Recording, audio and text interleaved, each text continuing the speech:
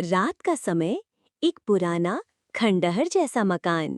यहाँ इस खंडहर में कई किस्से दफन हैं, जिनमें से एक है राधिका का। कैमरा धीमी गति से मकान के दरवाजे की ओर बढ़ता है।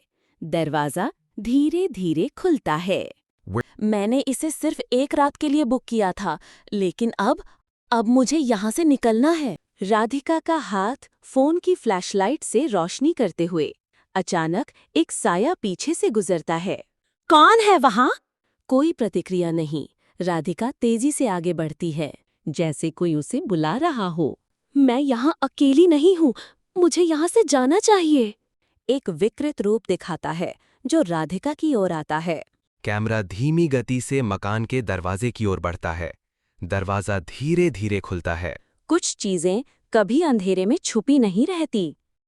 हेलो, वहां राधिका की हवेली में बुराई ने डेरा डाल दिया है। हर कोना जैसे किसी रहस्य को छुपाए बैठा है।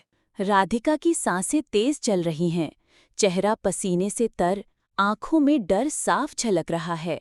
वो कांपते कदमों से हवेली के अंधेरे गलियारों में रास्ता तलाश रही है। हर आवाज अंधेरे हवेली में सन्नाटा गहराता जा रहा था। राधिका एक कोने में सहमी खड़ी थी। उसका फोन टूट चुका था, अब कोई मदद नहीं आने वाली थी। चारों ओर गूंजती हल्की सरसराहट के बीच उसकी नज़र सामने की ओर गई। वहां अंधेरे की गहराई से एक डरावना साया धीरे धीरे उसकी। अगली सुबह गांव में अफवाहें फैलने लगी थीं। राधिका, जो रात को हवेली की ओर गई थी, अब तक लौटी नहीं थी। कुछ साहसी गांव वाले उसे खोजने निकले। जब वे हवेली के अंदर पहुंचे तो एक अजीब सी दुर्गंध ने उनका स्वागत किया।